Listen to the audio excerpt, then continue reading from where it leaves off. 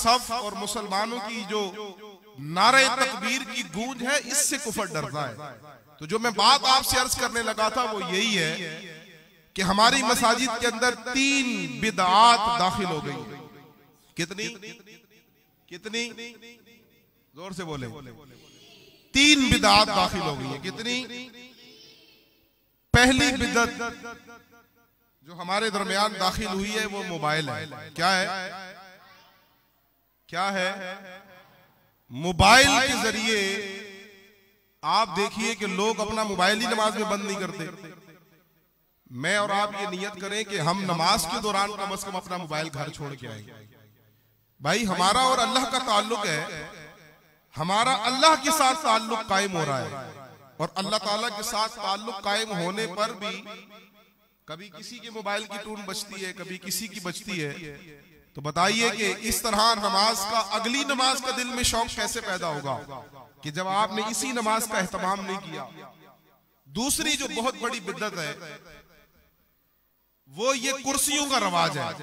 आप देखिए हमारी मस्जिद में 1 2 3 4 5 6 तकरीबन 10-12 कुर्सियां हैं। शुरू में 2 थी, फिर 3 हुई, फिर 4 हुई। ये बात बड़ी सख्त है। क्यों? कि हर किसी की तबीयत पर ये अच्छी नहीं गुजरेगी। कुर्सियों का रवाज, याद रखिए कि 1400 साल 1450 साल की तारीख में किसी एक सहाबी, ताबई, तबा ताबई और फिर औलिया सालिहीन में किसी एक ने भी कुर्सी पर बैठ के नमाज नहीं पढ़ी। भाई आप मजबूर हैं, जो मजबूर है ना, जो माजूर है, शरीयत ने उसे रियायत दी है, लेकिन जितनी शरीयत ने रियायत दी है उतनी ही हम इस्तेमाल करें ना।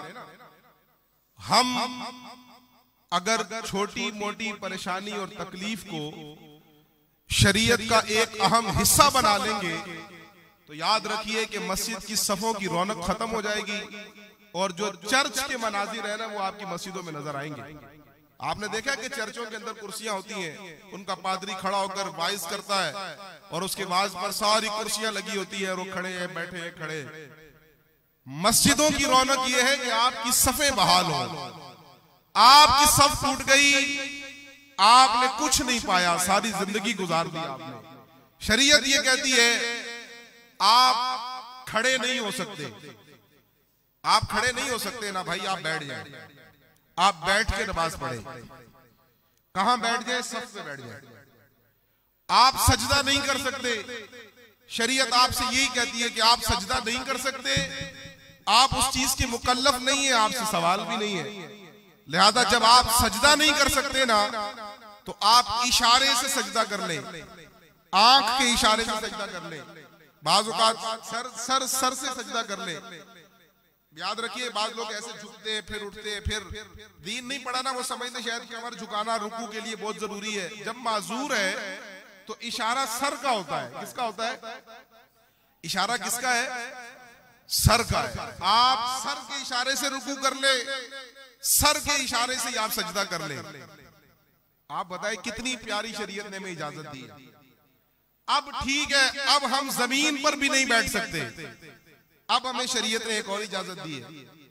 भाई जब आप घर की छत से सीढ़ियों से उतर रहे हैं, मस्जिद की 3 4 5 गलियां चल के आ रहे, मस्जिद के गिरदो नवा में घंटा घंटा उठ बैठ रहे, लेकिन जब अल्लाह ने आपको सफ को कायम करने का हुक्म दिया तो आप आके कुर्सी पे बैठ गए। आप मेरी इस बात की तायद कर देंगे? नहीं करते। क्या सफे टूटनी चाहिए? अब मस्जिद की पहली सफ में आप रौनक देखिएगा कि जब पूरी सफे होती हैं, एक भी कुर्सी ना हो। मैंने पिछले दिन गौर किया, एक भी कुर्सी नहीं होगी ना, आप देखिएगा कि कितनी रौनक है उस सफ के अंदर के जिसके अंदर खला नहीं है। मैंने उस दिन ऐलान किया था कोरोना के दिन में, मुझे अमीरुल मुजाहिदीन की मुसल्ले पर खड़े होकर बात याद आ गई कि कुफर हमारी सफों को तोड़ना चाहता है। तो डिस्टेंस पे खड़े थे सारे। आप लोगों को याद होगा कि सफे आप लोग डिस्टेंस पे खड़े थे, निशान लगे थे यहाँ, और मेरे जुबान से बेसाख्ता निकला कि कंधे से कंधे को जोड़ लें।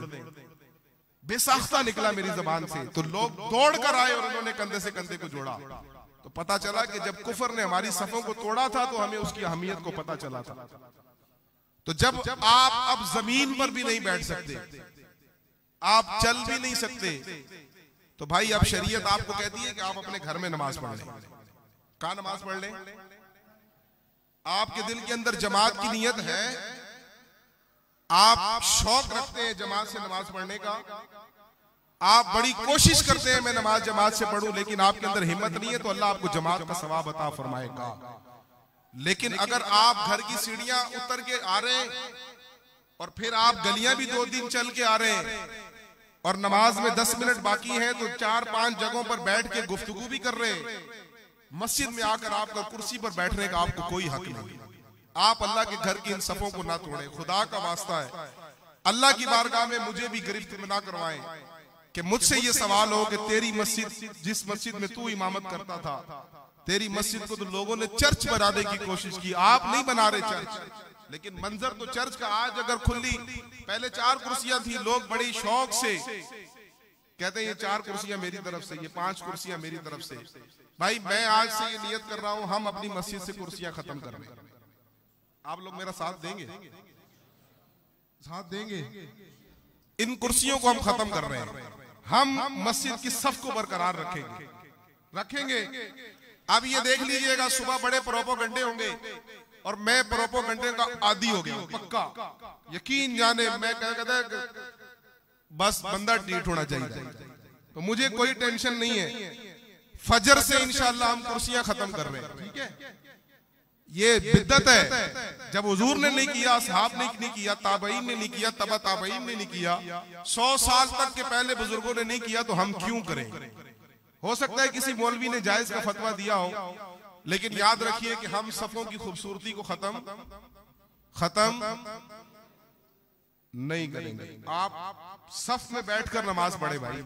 शुरू से हम बचपन से देखते आ रहे हैं, सफ में बैठ के नमाज पढ़ते थे। आप अपनी टांगे जो है, भट्ट साहब इस वक्त बयान नहीं कर रहा हूं, आपने नहीं करना। तो बाज लोगों की आदत है, अच्छा आप टांगे सीधी नहीं कर सकते, आप टांग सीधी कर ले, आप अगर बैठ नहीं सकते, तो जो शरीयत ने इजाजत दी है उस पर अमल करें। अब ये बुजुर्ग मेरे खिलाफ हो जाएंगे, लेकिन मैं अल्लाह की बारगाह में ये हुजूर का सदका पेश करता हूं कि अल्लाह इनके दिलों में मेरे लिए रहम पैदा करे। लेकिन अगर रहम पैदा नहीं होगा तो मैं भी बड़ा ढीठ हो जाने वाला नहीं हो गई। तो हम इंशाअल्लाह कल फजर से, आप लोग मेरा साथ देंगे, बुजुर्ग जो कुर्सियों पे बैठे हैं, कल से हम फजर में ये कुर्सियां यहां से उठा देंगे। अब यहां इंशाअल्लाह सफ में बैठ के नमाज पढ़ेंगे भाई, जितनी दीन ने इजाजत। तीसरी जो बिद्दत है ना, वो है ये प्लास्टिक की टोपियां। कौन सी?